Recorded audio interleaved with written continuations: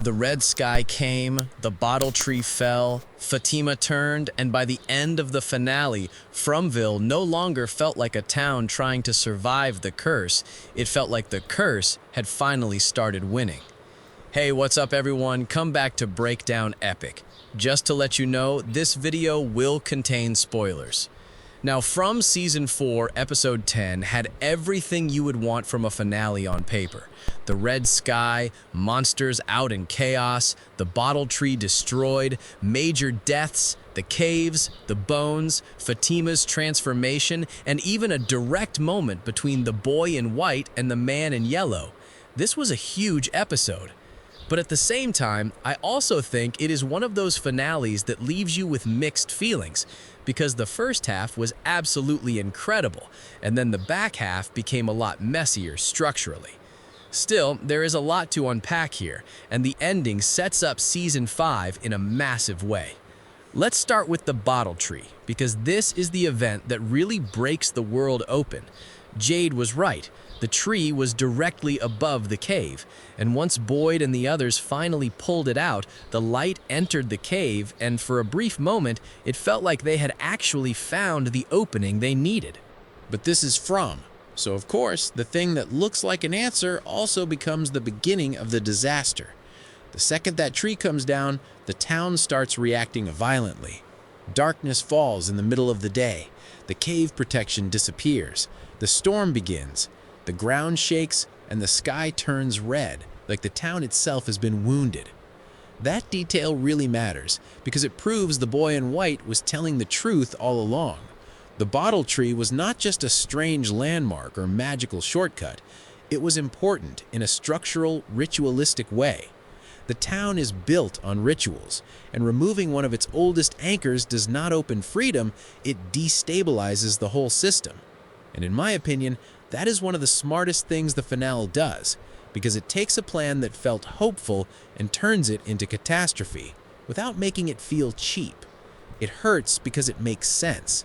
The show has been telling us all season that this place is built on rituals. That means removing a key ritual anchor was always going to have consequences. Now inside the cave, Jade and Tabitha being trapped is where the emotional core of the finale really lands. Jade's entire arc this season has quietly pushed him toward becoming someone much less selfish than the man we met originally. And the moment where he tells Tabitha that she has to be the one who gets out with the bones, he is essentially volunteering himself as the sacrifice. That is huge. This is a character who earlier in the season did not even want to go into the caves. Now he is ready to die there if it means she gets back to her children and the bones can reach the surface. That line about being glad if he had to spend all his lifetimes with anyone, he's glad it was her, that hit hard because it takes all the reincarnation mythology and suddenly makes it intimate. It reminds you that this is not just lore. These are two people carrying emotional memory in pieces they barely understand. Now let's talk about those bones, because the finale still leaves us with one giant question. Are the bones really the key, or are they just another part of the trap? What I think the episode suggests is that they matter, but not in the straightforward way the characters hoped. I do not think the bones alone are some simple solution. I think they are tied to the original ritual that built the curse. And because the town is ritual-based, moving them changes the balance of everything around them. That means Jade and Tabitha may still be right to bring them up, but they may also have triggered the exact suffering the man in yellow warned about. Now, let's shift to Fatima, because the finale finally confirms what the season has been building toward for a while. She is becoming a monster. At this point, the signs were already there. The low pulse, the veins, the physical instability, the weird connection to Smiley, but the moment where Smiley finds her and simply says, "Hello, mother," is one of the creepiest moments in the whole episode. That line takes the entire season's body horror and makes it deeply personal. Fatima is not just becoming one of them, she is connected to one of the worst parts of this place, through motherhood, ritual, and loss, all at once. When Fatima tells them to remember who she was and then fully changes, the scene becomes much more tragic than just another monster reveal. She knows what is happening. She understands that the person they love is disappearing in real time. What I find most interesting, though, is that I do not think Fatima becomes one of the normal monsters. She feels different. She did not make the same bargain. She did not enter the same transformation route. Her connection runs through Smiley, through losing a child to the town, through the blood of the man in yellow, and through whatever strange function the golem still serves in all of this. So I think the finale is setting her up not as one more creature in the system, but as a hybrid piece that the system itself may not fully control. That could make her dangerous to everyone, or vital to saving everyone, possibly both. The golem still feels like it has to matter in some way too, even if this finale did not pay that thread off directly. It might be the one thing still keeping some part of her connected to who she was. Now let's go to Sophia, because if this episode belonged to anyone strategically, it belonged to her. She does not just react to events, she shapes them. And what I like most about the finale is that it finally lets us see how wide her influence really is. Clara becomes a tool, Fatima becomes an accelerated transformation, Elgin becomes expendable, the talismans get collected, the town's safety net gets dismantled piece by piece, and all the while, Sophia never has to physically overpower anybody to do it. She just keeps moving the conditions in the direction she wants. That is what makes her so much more dangerous than the smiling monsters. The monsters attack when the opportunity is there. Sophia creates the opportunity. That is a huge distinction, and I think her larger goal is now obvious. She is preparing the ground for another massacre. Not necessarily by directly sending monsters after everyone right away, but by removing the town's protections and making sure panic spreads faster than information.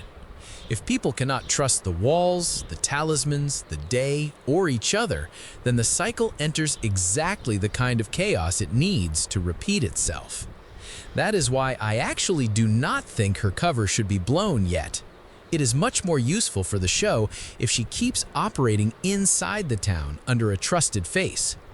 And with Elgin dead, there is also the possibility that the man in yellow now has another form available if needed. That idea alone should terrify everyone. Now, Henry and Victor. This might actually be the most emotionally painful part of the episode for me, because it is not just about violence, it is about the town turning love into a weapon. Henry is being manipulated into believing that killing Victor is the only way to wake up. Victor, meanwhile, has only just gotten his father back in any meaningful sense. And when Henry finally points that gun, you can feel just how cruel the setup is. The town did not only want Victor in danger, it wanted him hurt through the one connection that still mattered most. What works here is Victor standing up. For one of the first times in the show, he is not just frozen by fear or trapped in memory. He takes control of the moment and tells Henry that something is lying to him. That is huge for his character. It shows that whatever comes next in Season 5, Victor is no longer just the keeper of the past, he is becoming active in the present. I thought Henry would die here, and the fact that he did not makes me think the show is saving the real payoff of that storyline for Season 5. But even without the damage is already done. Nothing between them goes back to what it was. And then there's Julie. This is where I am still frustrated. Story walking had so much potential, and the season barely used it. It feels like the show keeps treating it as a future problem, instead of the massive, immediate tool it should be. There are hints that what happens in the house could be her, or Jim, or some trapped echo trying to communicate, but the show still hasn't committed hard enough to her arc this season. I do think Season 5 will need to make her ability central. It has gone too long sitting on the sidelines.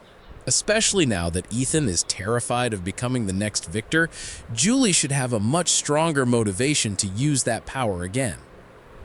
Now let's talk about the emotional rhythm of the finale overall, because this is where my feelings split a little. The first third of the episode is incredible. The tension is sharp, the cave material works, the outside panic is gripping, the atmosphere is top tier. But the back half feels more abrupt. Some things land, some things feel rushed. Some threads, like the bones and the exact logic of their importance, still feel a little too vague for where we are in the story. And yes, I wanted more answers than the finale gave us. I think that is fair. But I also think this episode succeeds in one major way. It changes the town. By the end of the finale, the town is no longer standing on the same rules it had before. The bottle tree is gone. The sky has changed. Fatima is transformed. The talismans are compromised. Sophia is ahead. Jade and Tabitha are carrying something ancient, and the residents are more exposed than they have been in a long time. That is not a soft setup for Season 5. That is a collapse. And if the final season knows how to use all of this properly, then Season 4's finale may end up looking much stronger in hindsight than it feels in the immediate moment. But anyway, that is my breakdown of From Season 4, Episode 10, and why I think the finale did not just continue the story, it broke the town open completely. If you enjoyed this video, make sure to like, subscribe, and let me know in the comments. Do you think the bones are still the key to breaking the curse, or did bringing them up just trigger the exact disaster the town was trying to avoid?